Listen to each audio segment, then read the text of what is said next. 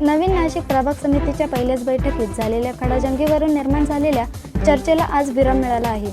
नगरसेवक मुकेश शहाणे यांनी प्रसार माध्यमांसमोर येऊन स्पष्ट शब्दात दिलगिरी व्यक्त केली आणि जाहीर माफी मागितली। त्यांनी सांगितले की बैठकीदरम्यान झालेली तीव्र वादावादी ही भावनांच्या भरात घडलेली घटना होती आणि त्यातून कुणाच्याही मनाला ठेस पोहोचवण्याचा हेतू नव्हता। त्यांनी पुढे असेही नमूद केले की लोकप्रतिनिधी म्हणून नागरिकांच्या प्रश्नांवर लक्ष केंद्रित करणे हेच त्यांचे कर्तव्य आहे आणि भविष्यात अशा प्रकारची घटना पुन्हा घडणार नाही याची हमी त्यांनी दिली। या माफीनंतर शहरात सुरू असलेल्या उलटसुलट चर्चेला काही प्रमाणात शांतता मिळण्याची शक्यता व्यक्त केली जात आहे। कालचा प्रकार झालेला आहे अतिशय चुकीचाच आहे। तो प्रकार घडायला नको होता, परंतु चूक झाली, घडून गेला। परंतु सत्य परिस्थिती सुद्धा ही सगळ्या जनतेला, माझ्या मायमुलीला कळाली पाहिजे। प्रभागाची काल पहिलीच मीटिंग होते।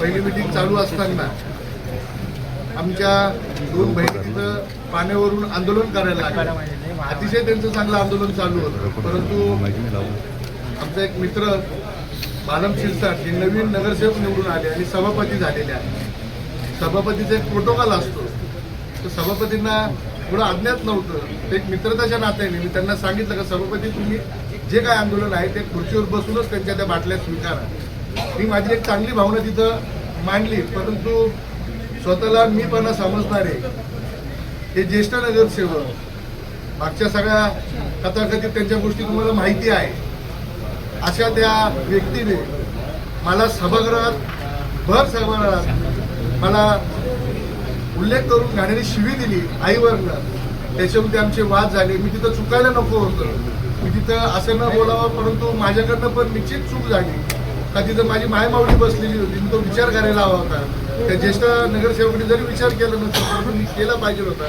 तर निश्चित तो कालचा प्रकार झालाय, तो मी स्वतः वैयक्तिक कालच्या प्रभाग सभापतीच्या मीटिंगमध्ये दिलगिरी व्यक्त केलेली आहे, एक सोशल मीडियाच्या माध्यमातून सुद्धा केलेली आहे। परंतु सगळा सारांश कसा झाला याचं सुद्धा माझ्या सगळ्या मायमावलीला कळालं। ज्येष्ठ नगरसेवक आहे, मी त्यांना कुठे डिवचलं नव्हतं। राजकारण आहे, इलेक्शनमध्ये पडझड चालू असते। त्याचा मुलगा माझ्या विरोधात उभा होता, पडझड झाली। माझ्या मायमावलींनी, माझ्या ज्येष्ठांनी, माझ्या मित्रपरिवारांनी मला भरघोस मतांनी विजय करून दिलं, परंतु तो राग त्यांना कुठेही गिळता येत नाही। एक ना एक प्रकार चालू आहे। माझ्या जीवाला देखील सुद्धा धोका आहे, हे तुम्ही पोलीस प्रशासनाला सुद्धा विचारू शकता।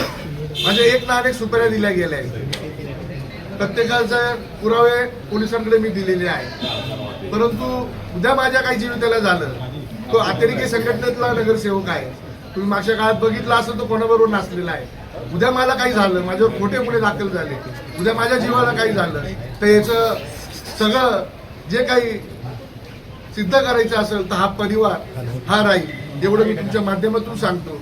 आणि माझ्या मायमाऊलींची, महाराष्ट्रातल्या नाशिकच्या जनतेशी कुठं माझ्या मायमाऊलीचे मन दुखवले गेले असेल तर मी सगळ्यांची हात जोडून पुन्हा एकदा माफी मागतो। परंतु प्रकार हा निश्चित गंभीर स्वरूपाचा आहे। कोण गुन्हेगार आहेत, कोण कसं कोणाच्या संपर्कात आहे, याचं सगळं मी तिथं सांगितलेलं आहे। परंतु राजकारणाच्या जागी ठेवलं पाहिजे। सभागृहात गेल्यानंतर सभागृहातले वाद विकासासाठी आम्ही भांडतो। वैयक्तिक कुठल्याही मी कामात, तुम्ही आता माझ्या आंदोलनं बघितलं असाल, कुठलाही सगळा प्रकार बघितला असाल, तर मी फक्त विकासाच्या कामावर मी भांडतो। मी कुठल्याही सत्तेत नाही, मी अपक्ष म्हणून निवडून आलेलो आहे। मी माझ्या कामांसाठी, माझ्या मायमाऊलींनी जे काही मला इथं निवडून पाठवलं आहे, तर त्यांच्या विकासासाठी मी इथं भांडतो। परंतु कालचं जे भांडण झालं आहे त्याच्यातही माझी कुठलीच चूक नाहीये। तरी तुम्ही व्हिडिओच्या माध्यमातून नीट बघा पहिला व्हिडिओ, कारण की जो प्रकार चालू झाला त्यावेळेस मीडियावाले तिथं कोणी नव्हते, परंतु तो नंतर सगळे तिथं मीडियावाले आले। परंतु तो सभागृहातला जो CCTV फुटेज जर तुम्ही घेतलं तर निश्चित तुम्हाला तिथं दूध का दूध, पाणी का पाणी निश्चित समजेल। परंतु आज सभागृहात सगळी इथं चर्चा झालेली आहे, त्या सभागृहात सुद्धा आज सगळ्यांनी निषेध नोंदवला। परंतु सभागृहात सुद्धा आम्हाला आमचं म्हणणं मांडायची एक संधी द्यायला हवी, परंतु आज कुठलाही मला कोणावर काही आरोप करायचे म्हणून काही जास्त तिथं बोललो नाही। परंतु मी तुमच्या माध्यमातून जो काही झालेला प्रकार मी आज सगळ्यांना तुमच्या समोर ठेवलेला